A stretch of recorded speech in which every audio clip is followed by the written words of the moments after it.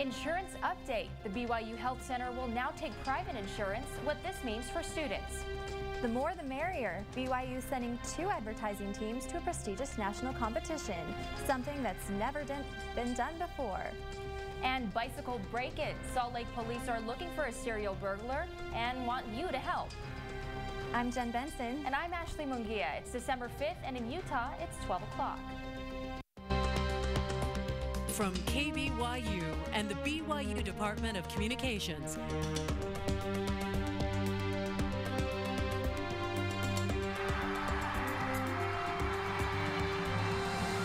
This is the award-winning 11 News at noon. The Provo Airport is staying in the commercial flight business. Allegiant Airlines will fly out of Provo starting on February 15th. The news comes just in time as Frontier Airlines will pull out of the airport in the next month. Allegiant says they will do 2 flights per week on Monday and Friday afternoons. It's a great day for us. Commercial service is very important to this airport, very important to the community. Something we've been excited about for years and worked hard to achieve. There is a real natural fit with Provo, Allegiant, and Mesa Phoenix area. Flights will go between Provo and the Mesa, Arizona airport near Phoenix, and then you can connect to 32 other cities from there. And good news if you live in Utah Valley, your county taxes won't increase in 2013. Officials say they don't see the economy improving and don't want to impose another burden on people in Utah County. The $72 million budget also includes a small pay raise for some county employees and the sheriff's office. Major changes are in the works for the BYU Student Health Plan. 11 News reporter Andrew Clay tells us what students can expect if they want to remain on their private insurance. So Andrew, what's going to be the difference? Well, Ashley, students have had relatively limited options when it comes to their health care. They can opt out of the student health plan if they want to stay on their parents' health insurance, but not all companies cover every service offered by BYU. Well, that's about to change. BYU will begin billing private companies directly for the first time. 12,000 BYU students are currently on the University Health Plan. That's more than 1/3 of the student population. With enrollment constantly on the rise, the Health Center is adapting to accommodate students' wide variety of needs. Traditionally, if you had something besides the student health plan, you had to file your own claim and get that paid for through your own insurance if you came to the health center. That process is going to be managed and handled by the Student Health Center. When these new changes take effect, officials say it will eliminate much of the frustration students face when they want to see a doctor or receive medical attention on campus, but wish to remain on private insurance. They also say this will solve other problems besides billing inconveniences. Well, from the lab standpoint, I can really see it's going to make a big difference for the students because we have students coming here that they can see the doctor on their insurance plan, but when they have to have their lab work done, their insurance will only cover one of the bigger laboratories in the United States, like Laboratory Corporation of America. If they could just come here, oh, that would be so much better for them. If you're overwhelmed by having to negotiate between BYU and your own private insurance company, the BYU Student Health Center is about to eliminate a lot of that extra legwork and red tape. Students and professionals I've spoken with are excited about the new policy, saying it will give extra flexibility to students in letting them customize their health care coverage. In the newsroom, Andrew Clay, 11 News. So Andrew, when can we expect to see all these changes take place? Well, there's not been announced an official start date yet. However, as soon as BYU can finish negotiating the contracts with the 6 or 7 big insurance companies they plan to work with, things should get in motion pretty soon. All right, thanks Andrew. Salt Lake County police are looking for a serial burglar who struck at least 12 businesses in Sugar House. Police released this video on YouTube of a man breaking the glass door at a bike shop. He stole cash from the register and exited a minute later, stuffing the money into his pockets. Police encourage anyone with information regarding the man's identity to call them immediately. Provo police are charging a man with stealing 2 metal poles from a local music store parking lot. Police say 46-year-old Darren Rosenfield swiped the poles from Bill Harris Music and then sold them to a recycling plant. This photo shows Rosenfield's minivan with one of the poles sticking out of the back on a weight scale. To some BYU students, the brand L'Oreal sparks more than just thoughts about lipstick and hair gel. BYU is the only university to have 2 teams qualifying for L'Oreal's Brand Store marketing project. 11 News reporter Ashley Hudson met with the competing teams as they celebrate and prepare for the finals. L'Oreal came to the United States to select 5 teams to move on, but ended up taking 6 after they accepted an extra group from BYU, the only university to have a double representation. Students from all over the world present a plan on how to promote a L'Oreal hair care product. In 2008, BYU took the title National L'Oreal Paris Competition, and after hearing about the success team, Rambutan member Tim Colvin decided he wanted to win. And after 2 years, he finally met his goal. But so did another BYU team.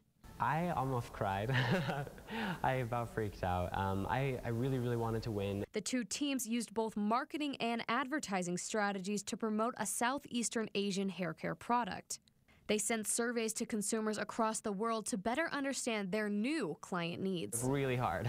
They said that this was the hardest year, the hardest competition they've ever had. Both teams will pitch their projects in a national competition including over 280 universities. If selected, they will compete in Paris, and the L'Oreal Brandstorm faculty advisor says he hopes to see BYU win again. It's been fun to hear some of the other campus advisors talk about how they've put us on a little bit of a pedestal to say, if you can beat BYU, then you're doing really well. Teams will start fresh with new research and a new product, and both teams say they are excited to compete in the next round for the chance to win internationally. Back to the drawing board. We got a lot more ideas to come up with, but we're definitely looking forward to it. L'Oreal will host the national finals this April in New York, where all the students will now invent a brand new idea and market that product to the judges. Ashley and Jen? You know, I wouldn't mind actually testing out their hair products. That could be their guinea pig. In New York, sign me up. All right. When 11 News at noon returns. Back to work. After 8 days on strike, picketers are going back to their jobs at the nation's largest port. And puppy love. A BYU student is letting people try before they buy when it comes to puppies. Stay with us.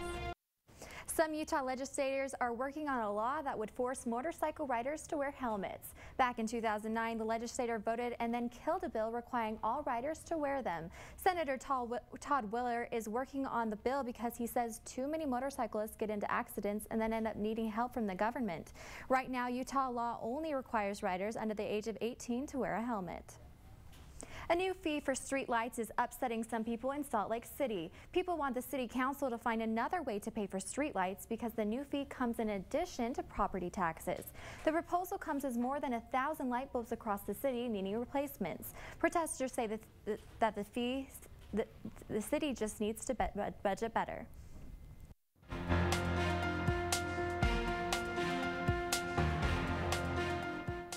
New York police catch a man suspected of pushing someone onto the subway tracks.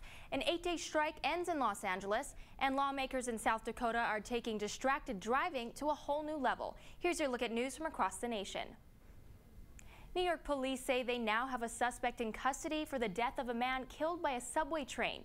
Police used surveillance video to identify the man after he pushed Ki Suk Han onto the path of an oncoming train when the two got into a confrontation. A street vendor near the subway recognized the suspect in the video and told police. An 8-day strike for port workers ends in Southern California after retailers and union workers cut a deal. Federal mediators arrived from Washington to Los Angeles and Long Beach to clear things up. They finally made an agreement on longer job security so the workers could get back onto the docks.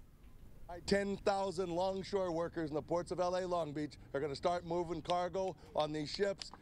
Management says their ports handle almost a third of the nation's container imports and estimates the strike costs the U.S. economy $1 billion per day. Many states are passing laws against texting and driving, but South Dakota is taking it a step further. Under the new law, drivers will have to put down their cell phones and the hamburger. Lawmakers say that you can get a ticket for distracted driving if you're eating, reading the paper, or putting on makeup. And that's your look at news from across the nation. Jen? A BYU student is using puppy renting as a new tactic for animal adoption. As 11 News reporter Eliza Bishop shows us, this business not only finds homes for the dogs, but also offers stress relief for students as well. Jenna Miller's furry friends are inherited from families who can't take care of them and need a home. She takes this as an opportunity to help socialize the pups and lets customers spend some quality time with the small dogs for a small fee. Adoption is the goal of her business, and this program is finding permanent homes for all her puppies. Some rent puppies for the purpose of adoption, but others are just curious. They rent the puppy for a couple hours, see how much it, helps them, see how much they love it, and then you've got a dog owner who otherwise wouldn't have been. Renting a puppy is easy and can be done from the comfort of your home. Customers text or call the puppy hotline. An employee comes to you to be sure it's a safe environment for the pup. Customers sign a liability waiver on how to treat the puppy, and when the rental time is up, the employee returns for pickup. With upcoming finals in the near future, some students are finding puppy company to help with the strain of studies. It was just like relaxing. It was stress-free, it was fun. If you're considering watching a pooch, McAllister says her puppy experience required a little bit of dirty work. Be ready for some accidents to clean up. There were 2 of them for ours. In Provo, Eliza Bishop, 11 News. Miller says the idea of puppy renting came to her when she heard about Yale's dog lending program. The purpose of this dog therapy helps with the stress of student life. Oh, I love puppies. I know, too cute. All right, when 11 News at noon returns. Athlete trouble. A Utah State basketball player is now in the hospital after he collapsed and stopped breathing.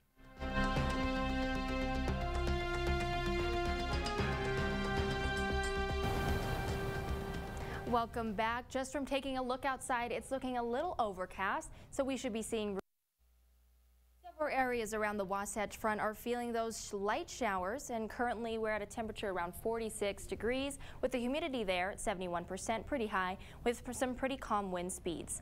And taking a look at what we're going to see throughout the day, it's going to remain a little cloudy with those showers in and out. And for the 5-day forecast, we'll be seeing those showers stay throughout the day and throughout the week. Unfortunately, fortunately, actually looks like the sun will pop out there Thursday, Friday, and then Saturday a little cloudy with those highs at 59 on Saturday and dropping to 48 for Sunday, and the lows there at 24. For northern Utah, we can kind of see that same pattern coming up, but switch it to rain. It looks like throughout the week it'll be pretty nice, but unfortunately it'll be a little gloomy throughout the weekend. So it looks like we're going to have to postpone some plans. I know we were planning on going out to Salt Lake and look at those lights. Yeah, I'm going to have to postpone them until less yucky weather. Definitely. For sure. And speaking of postponing, it looks like we might have to postpone that BYU-Utah State football or basketball game, Ben. Yeah, but for good reason. That's right. Junior forward Danny Berger collapsed right after practice ended yesterday and is in the hospital. Coming up next on sports, Utah State and BYU will not play tonight because of the there's a hoopster in the hospital, and we'll tell you the latest coming up next. And Valvano remembered NC State played a game in tribute to the late coach and showed they still abide by his motto. Sports is next. Stay tuned.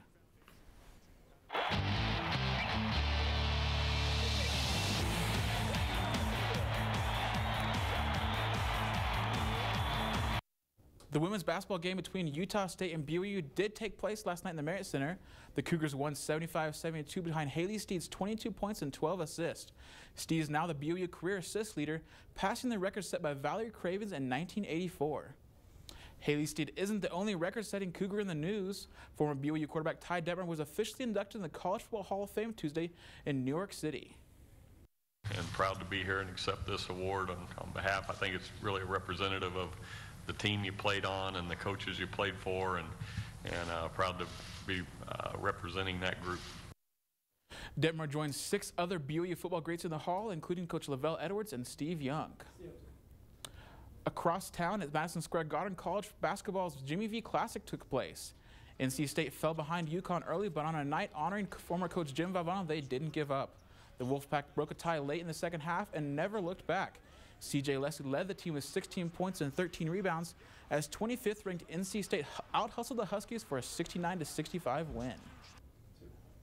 The men's basketball game tonight between BYU and Utah will be postponed because an Aggie player is now in the hospital. 11 Sports reporter Clark Gerber is at the Marriott Center where the game was supposed to be played tonight. Clark, what kind of situation are we dealing with?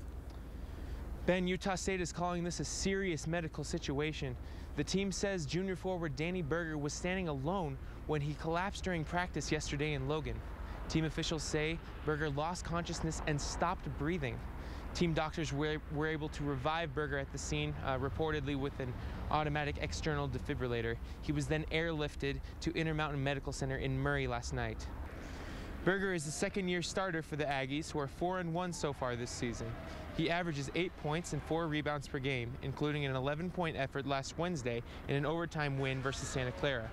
Rather than travel to Provo, many of Berger's teammates spent last night visiting him in Murray.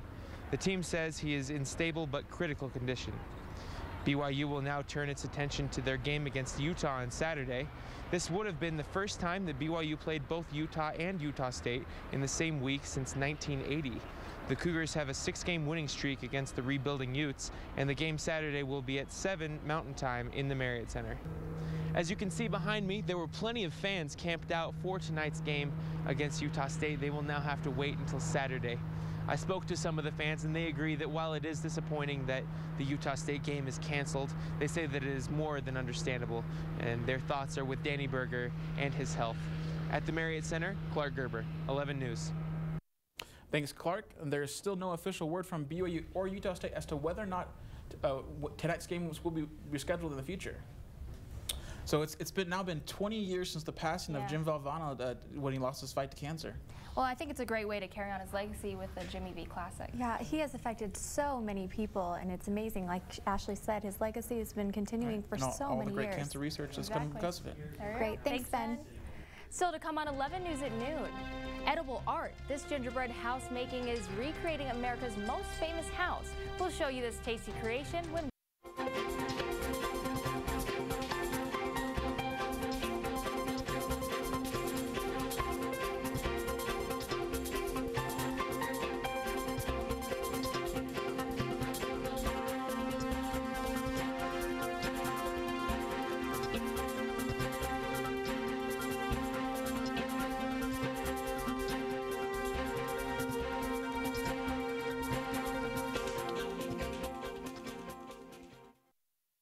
Sweet Home Alabama rings true for one woman in Birmingham who uses her talents to create sugary structures.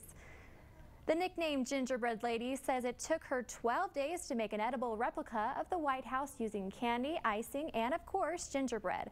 Almost every piece of the house is edible and is the centerpiece for an annual holiday lunch in Birmingham. Attendees say they are sure to snap a picture next to the miniature executive mansion. Look at that. Looks delicious. You haven't made a gingerbread house yet, right? No, I haven't. This is like my year to make a gingerbread house. It looks like every time I try to build one, it always collapses in on itself. Yeah, I don't think I can make a White House, let alone. Yeah, right. I might need to take some pointers some from you guys. Right? Yeah. Exactly. I think we should probably do that this weekend. Yeah, for the most sure. important part is to have it edible. That's the best part. Yeah, that's the best part of it. All right, and that's 11 News at noon for Wednesday, December 5th. You can join us anytime on our website at 11news.byu.edu. Thanks for watching and have a great afternoon.